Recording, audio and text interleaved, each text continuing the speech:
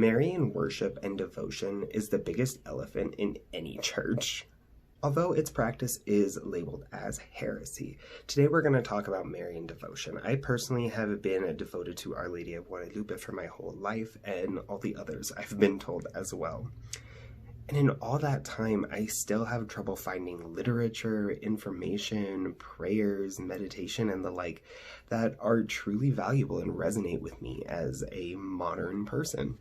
It's frankly really difficult to find information that doesn't dismiss or diminish Mary's power, that are aware and sensitive to the synchronization that has happened with Mary and indigenous spirits, that are reliable tools for invocation, for contact, and for interaction.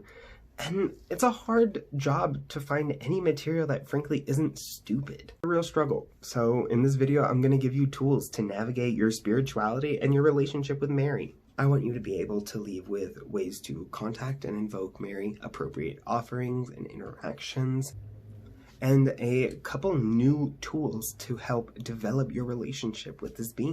Mary as a divine being is widely condemned by the church. And it can be hard to find practical sources for basic things like invocations, petitions, prayers. I'm going to share some ways to interpret Catholic tradition, Catholic liturgy, and Catholic prayers for a modern audience. Christianity optional. Mary is many things to many people. And to help sort through that, we're going to start with an exercise. So pause the video. You're going to want to go grab a paper, a pencil, or something to write with. That's all you really need for right now. You're going to write down as many characteristics as you can think of for Mary. And with this list of character traits, you're going to take it, you're going to hop on Google, and you're going to search for historical or liturgical evidence to support it. You're going to look for the proof. Now, that is how you get started. You take that list, you take that advice, and you run with it. The rest of the video, we're going to kind of work through that and work through ways you can read traditional resources to pull out valuable information. Some of those old Catholic prayers are dense, they are hard to read, they are hard to understand, and they don't fit life today. So we're going to rework them. You rewrite it, you refix it, and tailor it. You do not let the words, the style that it's written in, the context, how dense the material is, stop you from developing your relationship with her. I believe that the best place to find answers to your questions is the source. And what do I mean by that? Well, we're spending a whole video talking about the aspects of Mary and what we know and what has been written about her, when I think the most reliable source to cut through all of that bullshit and all of this religious red tape is to ask her directly, to pray and invoke her spirit, ask your questions, and get your answers. So let's talk about it. How do we go about doing that? How do we find the information? Because I guarantee you it's difficult to find something that is written as invocation of Mary. Those exact words with that exact intent. They're out there. They are public. Many people use them, but they're not called that. To pull out this kind of mysticism, we have to read between the lines, right? We have to look in between the written word to pull out the intent, the meaning behind it, and apply that to our modern lives. A good place to start is with epithets or names of power. The first place we're going to go looking for these epithets, for these names of powers, are litanies, which are literally lists of names of power. And I think one of the best places to look is the Litany of Loretto, which in and of itself gives Mary and invokes her under 43 different names. Each of those have different kind of meanings, different nuances, and some have whole stories behind them. With these titles in mind, we get an idea of how we can begin to understand Mary's nature. By the titles she's called, we can more easily figure out what I call her wheelhouse. When dealing with spirits, when working with divinity, it's often the case that that divinity, that being, will have a realm, an area of life that they reside over, have dominion over, embody, or control. This is where you start to incorporate them more intentionally into your life. where you can incorporate it into appropriate spell work, into appropriate prayers, you know, addressing your prayers to someone who can actually help you accomplish the goal of that prayer. This is a great area to get a sense, and a great way to get a sense of Mary's general vibe, the energy that she has, because spirits do have an energy. They have likes, they have dislikes, they have personalities, they have moralities, and they all vary. It's a huge, gigantic spectrum of divinity.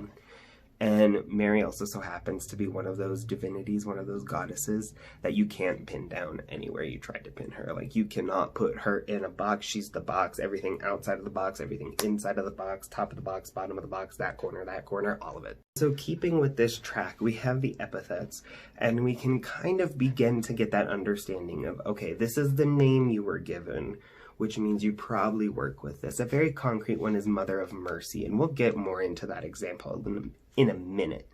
But keep it in mind for now. Mother of Mercy, that is an epithet, that is a name of power for Mary. If your goal is to understand Mary, to really learn about both her nature in life, in death, and in divinity, I really recommend that you pray the rosary, but that's an immediate turnoff for so many people. So let's talk about reclaiming it. By working with these beads and being very tactile with it, our body is engaged. The chanting and repeated affirmations, the repeated prayers, help to keep our mind and our soul engaged. And during this, we also get like these little short prompts called mysteries. And they're just little like descriptions of events. Sometimes they're in the Bible, sometimes they're not.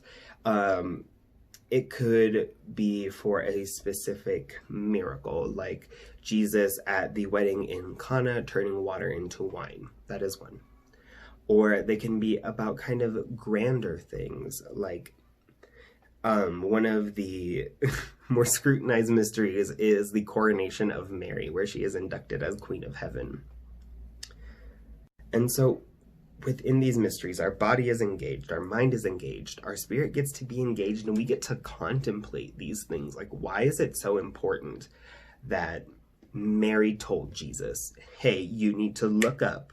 These people are out of wine at their wedding. Turn this water into wine. You need to do something. Like, why does that matter to understand her as a being? And I'm not going to give you the answer to that because I want you to think about it for yourself, like genuinely. And my real advice for reading the rosaries and not getting super cringed about it is to literally push past that Christian propaganda. You have to push past it. To mention this in the video, but one of the ways that I really work to rewrite prayers or to like make them feel more comfortable to me as a queer person, as like, you know, a modern person, as like a non-Christian person, whatever, take a pen, take a marker, scratch out what doesn't resonate. Bigger question is ask why it doesn't resonate, but for now, just scratch it.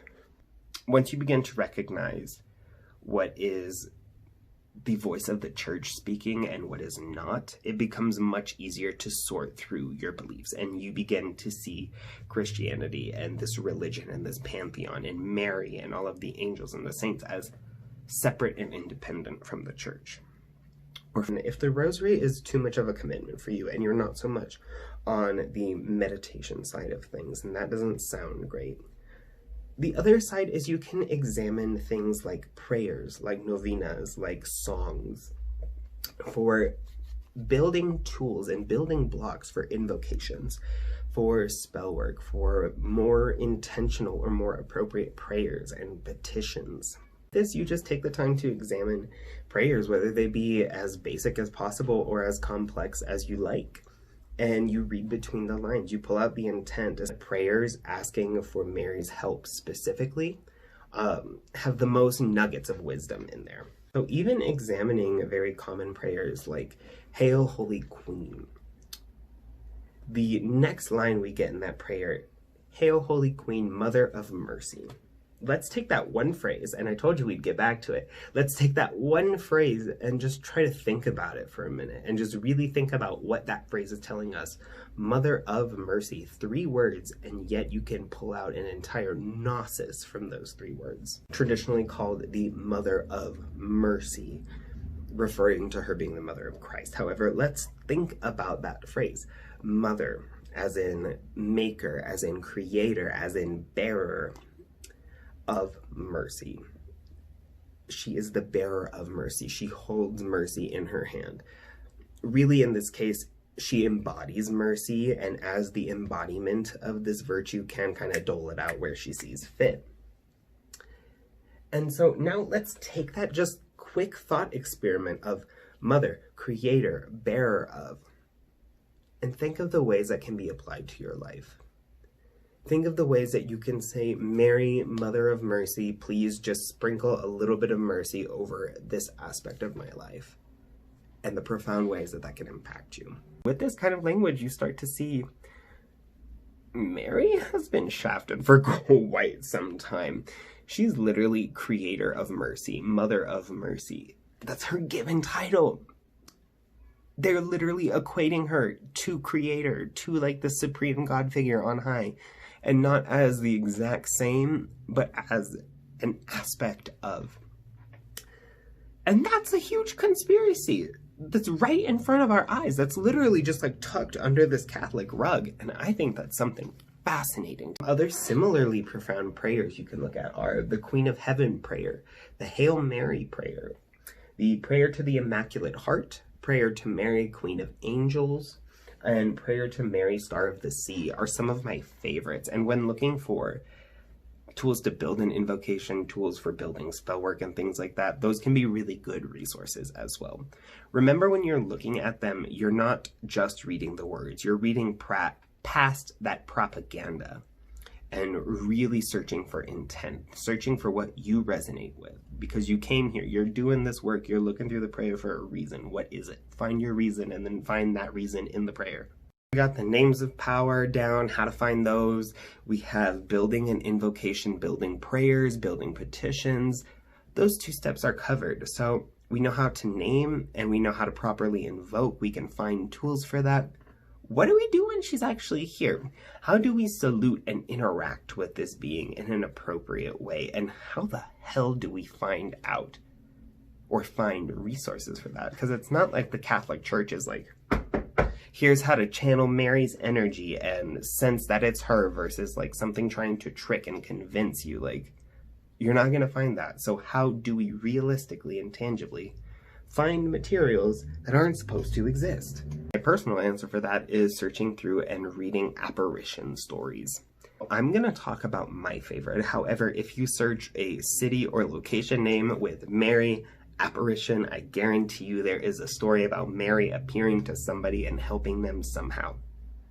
So Our Lady of Guadalupe appears to Juan Diego in the mountains of Mexico in 1512. Now, this is a common story, and if you want the whole story, please take to Google yourself. Google it. It's all there. But more so, in this story, we can pull out amazingly profound and kind of occult things like planetary associations, herbs and botanicals that make appropriate offerings or that resonate with Mary's energy. We get numerology from this. We get energetic associations and a lot more profound ways of understanding her. And to highlight some of these traits that we find, I'm just gonna quote to you a couple different events in the story and I'll let you pick the pieces. She appears in Mexico in December in 1512. The planets in the sky at that time that were visible were Mercury, Venus, Saturn, and Uranus. All of those planets have associations of themselves, and you can work to see each aspect of those within Mary as like a profound meditation with her. Number 2, she appeared to Juan Diego 4 times. And with this number, you can take that and say 4 must be important to her. 4 must be something. She appeared 4 times in this story. So when working with this being, I'm going to do things in 4s. That can be 4 candles, 4 glasses of water. It can be 4 incense at a time, you know, whatever you think and whatever is appropriate for your working. She manifests roses in the middle of winter, which is like, you grew roses in a desert in the middle of winter. Now that's pretty impressive. And it's a very on the nose, Mary likes roses. Mary is the rose. Mary embodies the rose in both those thorns and the fragrance of the flower as well. She creates her image on the tilma, which, again, Google it. It is made out of agave fibers, making agave plants very sacred to her. Like, that's not an accident. She wasn't like, I guess you're wearing this one, Diego. I'll just do it on whatever, I guess. Like, no. That shit's intentional. She presents herself as the mother of Yeshua, the mother of the earth, and as Juan Diego's mother, specifically speaking to the mother of indigenous people. With that, there's a lot of room to talk about her synchronization with deities like Donatin. I don't want to talk about that in this video. I don't even know that I'll talk about that on YouTube, period, point blank. We pull these associations and begin to think about them, and we can really start to apply it. And here you start building your invocation, your ritual, your rite, your salute to Mary. And you can see in the story the way Juan Diego responds to her presence. The way he humbles himself, bows, and greets her. Now you can mimic that in your practice as a sign of humility, as a sign of respect. And there's just a lot. So with this, literally find an apparition you connect to, read its story, and you can pull out wisdom from that. We have all of these kind of odd bits and pieces of like places to pull out Marian wisdom.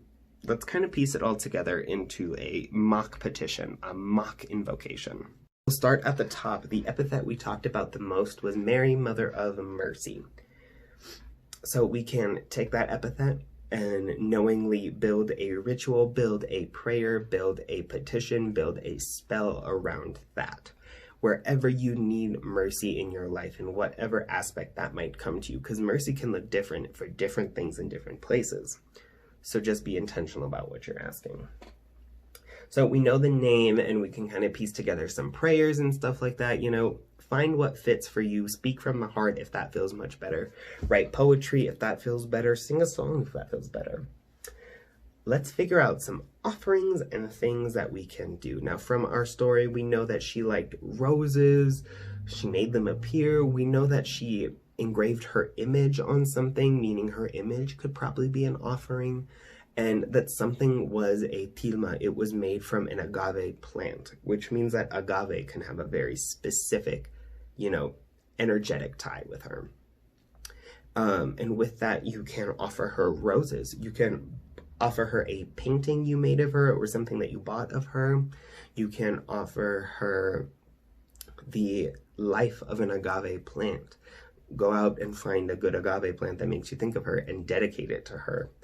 And watch how it grows. She loves plants. She loves when you dedicate life to her. That's it. So we have our plants, we have our offerings. Let's make smoke offerings. Let's make candle offerings. You can do 4 tea light candles. You can go get 4 big novena candles like this. You know, whatever is appropriate, but you're taking all of these numbers, these associations, the color of the candle that you pull, the type of oils that you put on it from these stories. You're pulling all of these tiny threads of wisdom to knit yourself something functional, right? Now that we've taken all this and put it together, you just do it. Go through the process, do a purification, take the traditional steps you would, those spiritual precautions that you would normally take. Invoke the epithet, say the prayers, make the offerings, sit and play her some music. You know, you can search for songs that you are reminded of her in. Search for songs that either are already about her or just feel like she would really vibe with. You can show her songs that you like. If you are having a hard time finding music, I actually have a playlist dedicated to Guadalupe. Link is in the description. And just sit and vibe, play the music, make her offerings, sit and chat, have some tea, have some coffee, smoke a little smoke if you do that, and just chill. Figure out how you can work with her in her everyday life. Feel the energy. Find out if it's something you even like to work with. She might not be someone that you work with constantly, but that doesn't mean you should be denied a relationship. A really big point of this video is Mary is many things to many people. And one of the greatest mysteries you can explore with her is, who is Mary to me? I hope that this video gave you enough tools to answer that question, and if not, leave your questions in the comments down below. I'm always so grateful to interact with you and to respond and to reply. This whole video was actually inspired by a comment. Thank you so much to that person for commenting. Thank you so much for watching this video. If you are interested in anything that I have talked about, links are in the description. I also attached a link to an app I really enjoy using for prayers and for meditation. I have included our shop link if you are interested in purchasing any of these rose petals, the marigold you see behind me, or any of our other great products. To schedule a reading or book a consultation, the link for that is also in the description, or you can check out our profile page or email